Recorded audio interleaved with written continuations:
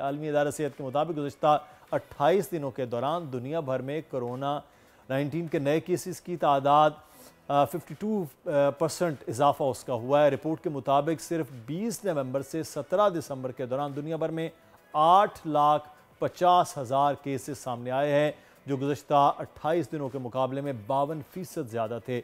नया corona variant अमरीका, भारत, चीन, Singapore, बरतानिया, स्वीडन, फ्रांस और कनाडा समेत 41 ममालिक में पहुँच चुका है, जबकि 18 दिसंबर को ओमिक्रॉन की जहरी किस्म JN1 को वेरिएंट ऑफ इंटरेस्ट करार दिया था। डॉक्टर फरहान ईसा साहब हमारे साथ इस वक्त मौजूद हैं, हेल्थ एक्सपर्ट। डॉक्टर साहब बहुत शुक्रिया आपके वक्त का। ये फिर कुछ डराने वाला कोरोना तो नहीं आ रहा है? देखिए, डरना तो चाहिए। अच्छा। डरना इससे ज़्यादा हमें क्या है कि एहतियाती तदाबीर करनी चाहिए। अब ये JN1 जो है, ये ओमिक्रॉन की एक वेरिएंट है जो बहुत फास्ट स्प्रेड कर रहा है। इसकी वायरुलेंस कहते हैं ना, बहुत ज़्यादा वायरुलेंस, अच्छा। बहुत फास्ट ये ट्रैवल करता है। और इसके अंदर वही है, नज़ला, ज़ुकाम, खांसी, सर में दर्द, जिस्म में दर्द, कमज़ोरी, थकन, जो कि रेगुलर होता है। इस वक्त 3 वायरसेस सर्कुलेट कर रहे हैं। एक तो JN1 है जो कोविड वाला है, ओमिक्रॉन, एक फ्लू का है, इन्फ्लुएंजा, और RSV वायरस है। आजकल बहुत ज़्यादा चल रहे हैं इन्फ्लुएंजा कराची में, तो हम बिल्कुल जी। और ये असल में हमारे यहाँ ये होता है कि हम हर चीज़ को लाइटली लेते हैं, और मास्क पहनना का आदत पड़ गई थी, हाथ साफ़ करने की, धोने की आदत पड़ गई थी, हाथ नहीं मिलाते थे। अब शादियों का सीज़न है, सब चीज़ें स्टार्ट हो गई हैं। ख़ास तौर पे जैसे इंग्लैंड में आपकी रिपोर्ट बता रही थी, तो इंग्लैंड में तो 26 में से जिनको भी साइन सिम्टम्स हैं उनमें एक को JN1 है। अच्छा। तो अभी सब इंग्लैंड से, अमेरिका से, पाकिस्तान आए हुए हैं शादियां अटेंड करने के लिए, तो ये फैल भी रहा है। अच्छा, अब टेस्टिंग की अभी वो रुझान कम हो गया है, पहले तो बड़ी परेशानी थी, तो हम तो फ़ौरन ही ब्लिस में चले जाते हैं ना, रिलैक्स हो जाते हैं चीज़ों के बारे में। अच्छा, ये बीमारियां जो है ना, वो ख़ासतौर पे जिनको डायबिटीज़ है, ब्लड प्रेशर है, इम्यूनिटी जिनकी डाउन है, कैंसर थेरेपी ले रहे हैं, कोई भी बॉडी में प्रॉब्लम है, इवन दांत का अगर प्रॉब्लम है ना, गम्स में स्वेलिंग है, अच्छा, लोग इसको लाइटली लेते हैं, ये भी इम्यूनिटी को कम कर रही होती है। जिन लोगों में इम्यूनिटी कम है उनके लिए ये परेशानी बिल्कुल है, और ये लग भी सकता है। और अगर आज आप मालूम करेंगे कितने लोगों की अमवात हो रही है, अभी इंडिया में भी काफ़ी लोगों की अमवात हुई हैं, तो वो पता चलेगा कि भाई वो जो है इनको निमोनिया था या कोविड की जो साइन सिम्टम्स है उनकी वजह से हो रहा है। तो कहने का मकसद हम कोविड को नहीं तस्लीम कर रहे थे। हम ये कहते हैं कि ये निमोनिया से हो गया, ये हार्ट से हो गया, ये इससे होगा, वो सारी बीमारी। कोविड को हमने तब भी बहुत से लोगों ने तस्लीम हम लोग जो है ना वो उसके असर को देख रहे होते हैं। हाँ। और असर के ऊपर हम बात कर रहे होते हैं कि जो जरासीम बहुत, जैसे अब एक हेलिकोबैक्टर पाइलोरी एक जरासीम है। अच्छा। वो स्टमक का कैंसर कॉज करता है, अल्सर कॉज करता है, फिर कैंसर कॉज करता है। ह्यूमन पेपिलोमा वायरस है, वो औरतों में सर्वाइकल कैंसर का कॉज है जो आइडेंटिफाइड हो चुका है। हम जो हैं वो सिर्फ, हमारा फोकस ये कि बीमारी हो जाए, फिर वो जब सर से ऊपर हो जाए तो फिर हम जाके इलाज कराएं और फिर परेशान होते रहें। अब हमें पैराडाइम शिफ्ट करना चाहिए कि प्रिवेंशन कैसे की जाए, वो बीमारियां लगे ही नहीं हमको। अब ह्यूमन पेपिलोमा वायरस की भी अगर बात करें, कोविड की, तो सबको पता है कि वैक्सीनेशंस अवेलेबल हैं।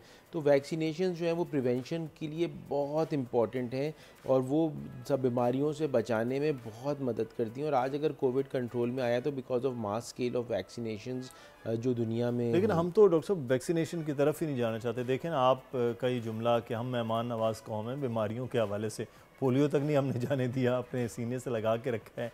तो ये जो रवैया है कि वैक्सीनेशन नहीं करवा, उस वक्त भी बहुत से लोगों ने वैक्सीनेशन से भाग रहे होते थे कि वैक्सीनेशन नहीं करवाना, तो बड़ा टाइम लगा लोगों को कायल करने में, आप जैसे लोगों का, मीडिया का, कि भाई ये कुछ भी नहीं है, तो सबसे पहले डॉक्टर्स ने लगवाई अगर कुछ ऐसा होता। तो ये रवैया भी तो चेंज होना बड़ा ज़रूरी है। हमारे तो रवैये बहुत सारे चेंज होने की ज़रूरत है।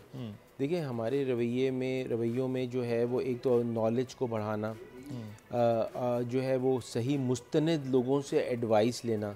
अभी भी आप देखें, बच्चे जो हैं अगर उनसे पूछें उनका मेंटोर कौन है, तो ज़रूर कहते हैं हमारे वालिद हैं, हमारी वालिदा हैं। अरे भाई, अगर आपके वालिद बैंकर हैं और आप जो हैं वो पायलट बनना चाह रहे हैं, तो वो कैसे आपको मेंटोरशिप दे सकते हैं। दूसरी चीज़ है कि सोशल मीडिया का गलत इस्तेमाल सियासत में भी है, और साइमल्टेनियसली वो हेल्थ में और हर चीज़ में है कि गलत चीज़ें फॉरवर्ड कर देना बगैर मुस्तनद तरीके में। तो अब सनामुखी के केस में यही हुआ कि कितने लोगों का इंतकाल हो गया। वो बेसिकली कब्ज़ को खोलता है, उसके लिए पिलाया जाता है, और वो कोविड में फैला दिया। वो एक साहब आए जिनको कोई जानता नहीं था, वो वायरल हो गया, और उन्होंने, हम एक्सपो सेंटर में जो 5 कोर ने आर्मी ने इस्टेब्लिश किया था उसमें काम कर रहे थे, और हमने देखा कि भाई वो तो पेशेंट ही ठीक नहीं हो रहे। बाद में पता चला कि वो मर भी गए, इंतकाल हो रहा है, वो पता चला कि वो सनामुखी पिए जा रहे हैं और डायरिया हो रहा है और पूरा इलेक्ट्रोलाइट इम्बैलेंस हो रहा है। यानी ऐसे जो लोग जो गलत मैसेजेस फैलाते हैं, जिनकी जो मुस्तनद नहीं होते, वो मैं समझता हूँ अब क्रिमिनल्स हैं, उनको एहसास नहीं है इस बात का। डॉक्टर साहब, मैं आपको याद होगा, मुझे हुआ जब डेंगू, तो उस वक्त कहा जाता पपीते के पत्ते और ये, मैंने कहा मैंने कुछ नहीं पीना, मुझे बाकायदा ला के दिया। मैंने कहा मैं नहीं, मैंने कहा डॉक्टर बता रहे हैं कि क्या करना है, तो जो डॉक्टर्स बता रहे हैं वही अथेंटिक है और उनको इलाज करने दें। कि ये जो आप ये मोबाइल से रेमेडीज़ चलना और ये खाया जाए वो खाया जाए, ये भी तो हम, अच्छा इस पे बड़ा एतमाद होता है हमारा। हाँ, हमें ना इस पे ज़्यादा एतमाद है, डॉक्टर पे एतमाद नहीं है हमें। अजीब सी, अच्छा देखिए मैंने कहा ना कि एटीट्यूड्स की बात आती है।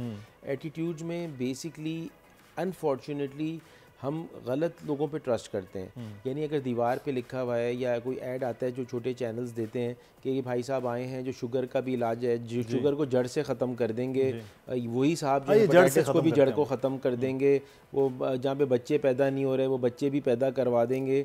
ये ऐसा होता ही नहीं है ना, ये लेकिन लोग, हमारे ऐसे लोग हैं कि अनफॉर्चुनेटली, मैं आपको बताऊं, इसको मैं ब्लेम करूंगा अपनी पॉलिटिकल लीडरशिप के ऊपर। हमारी पॉलिटिकल लीडरशिप जब आती है तो एक दूसरे को गालियां देती रहती है, तो लोगों के नीचे तक वो मोरल वैल्यूज़ ख़त्म हो गए हैं, ट्रस्ट डेफिसिट इतना ज़्यादा हो गया है और कंफ्यूज्ड हो गए हैं, और कोई चीज़ उनको आसान हल लगती है उसकी तरफ भागना शुरू कर देते हैं। बेसिकली हमें एज अ कौम को डायरेक्शन की ज़रूरत है। अगर हमारे कौम की डायरेक्शन होगी तो वो हेल्थ भी बेहतर होगा, एजुकेशन भी बेहतर होगी, और वेल बीइंग जो है ना, वेलनेस, जो इंसान खुश होता है। अभी हमने एक स्टडी की है जो मैं हर एक से पूछ रहा हूँ कि भाई आप लास्ट कब खिलखिला के हंसे और कब आप बहुत खुश हुए। अच्छा, तो यकीन माने कि 90% लोगों को याद भी नहीं आ रहा था कि वो कब रियली खुश हुए थे। अगर उनसे पूछें आज आप खुश हैं, हालांकि सब कुछ है, बच्चे भी ठीक हैं, चलो डिसेंट पे है, प्रेशर्स तो होते ही हैं, खुश नहीं है, और ये बड़ा एक इम्पॉर्टेंट चीज़ है। तो हम सब के सब जो है ना वो अनफॉर्चुनेटली स्ट्रेस में है, और स्ट्रेस भी इम्यूनिटी को कम करता है, और माइल्डली डिप्रेस्ड हैं। एक बड़ी इंटरेस्टिंग चीज़ है कि अगर हमारी आंखें ख़राब होती हैं तो हम ऑप्थेल्मोलॉजिस्ट के पास जाते हैं, गला ख़राब होता है तो ईएनटी के पास जाते हैं, ब्लड प्रेशर होता है, अगर अक्लमंद हैं, अतायत की तरफ नहीं जा रहे तो हम कार्डियोलॉजिस्ट के पास जाते हैं। लेकिन अगर हमें जहनी प्रेशर है, टेंशन्स हैं, नींद नहीं सही आ रही है, या घबराहट हो रही है, एंजाइटी हो रही है, स्ट्रेस हो रहा है, तो हम साइकोलॉजिस्ट और साइकियाट्रिस्ट के पास नहीं जाते। ये भी एक बीमारी है। मैं तो समझता हम ये सोचते हैं कि उसके पास जाने का मतलब मैं को पागल हो गया हूँ कि मैं, आपको पता है लोगों के यूएस में फैशनेबल समझा जाता है कि मेरा साइकियाट्रिस्ट है, यू डिड। भाई कैसे हो सकता है, आपकी बॉडी के इतने सारे पार्ट्स हैं, घुटनों में दर्द होगा तो आप जाएंगे ना इलाज कराने। तो मेंटल जो पूरी बॉडी को कंट्रोल कर रहा है। और आपको बताऊं हमारे मुल्क में डायबिटीज़ और ब्लड प्रेशर वबा की तरह फैल रहा है। आप जिससे भी पूछेंगे उसको डायबिटीज़ और ब्लड प्रेशर हो रहा है, ये कि नहीं होना चाहिए।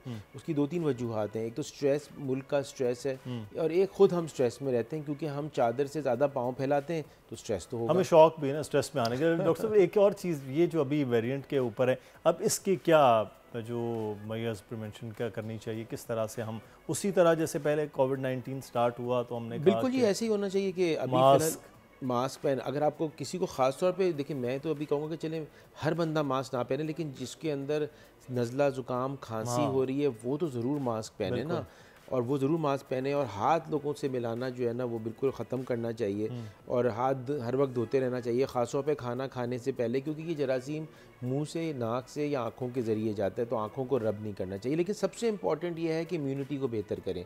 इम्यूनिटी जो बेहतर होगी तो बहुत सारी बीमारियों से बचा जाएगा। इम्यूनिटी कैसे बेहतर करें? 7 से 8 घंटे की नींद, 2 लीटर से ज़्यादा पानी पीना, अगर फिर भी प्यास लग रही है तो आप पीते रहें। तीसरी चीज़ है डी स्ट्रेस करना अपने आप को। चौथी चीज़ है वर्जिश करना, एक्सरसाइज करना, वॉक करना। हम लिफ्ट ले लेते हैं भाई, अगर 12 फ्लोर भी हैं तो आप स्टेयर्स लेना अगर घुटनों में दर्द नहीं है। अगर घुटनों में दर्द है उसकी अलग एक्सरसाइजेज हैं। अब तो इतनी ज़बरदस्त जिम्स बन गए हैं, वो आपको टेलर मेड एक्सरसाइजेज करवाते हैं। जितनी भी चीज़ें आपने बताई हैं इस पर कोई खर्च नहीं है। चले जिम ना जाए तो तब भी एक्सरसाइज आप घर में कर लें, एरोबिक्स कर लें। 5 की 5 चीज़ों में किसी किस्म का नाज़रीन कोई खर्च नहीं है कि आपकी, और ये पिछली बार भी डॉक्टर साहब ने ये बात की तो मैंने उस वक्त भी लोगों को कहता था कि आपकी इम्यूनिटी मजबूत होगी, आप किसी बीमारी के साथ भी लड़ सकते हैं। और डॉक्टर साहब की ये मैं मिसाल देता था कि 5 चीज़ें जिसमें ना कोई दवा शामिल है, ना कोई ऐसी समथिंग खुराक ऐसी है, नींद पूरी करें, स्ट्रेस फ्री हों, ये बड़ा ज़रूरी है। वॉक करें, वर्जिश करें तो बेहतर हो, हर बीमारी से बच सकता है। डेफिनेटली। और ये भी काम हम नहीं करेंगे ना, नहीं ये भी नहीं करेंगे। और छोटी छोटी एक्सरसाइजेज हैं, जैसे नीज़ का मसला है तो नीज़ की फिजियोथेरेपी। अच्छा एक और चीज़ है, लोगों को अगर घुटनों में दर्द है, लोअर बैक में दर्द है, नेक में दर्द है, होता क्या है कि विद टाइम हमारे ये मोरे होते हैं, मसल्स ने पकड़ा होता है वर्टिब्रा को, विद टाइम वो मसल्स वीक होती है, मोरे करीब आते हैं और पेन होना शुरू होता है। नीज़ का पूरा बॉडी का वेट जो है वो नीज़ पे आ रहा होता है।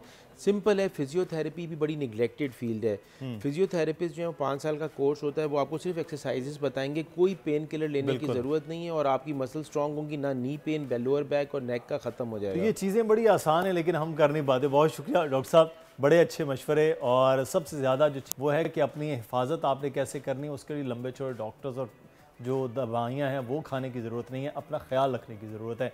और अपना ख्याल भी रखिए। इस उम्मीद, इस दुआ, इस तवक्को के साथ इजाज़त दीजिए कि पाकिस्तान और पाकिस्तानियों के लिए आज कोई ना कोई एक अच्छा ज़रूर काम हम करेंगे। अल्लाह हाफ़िज़।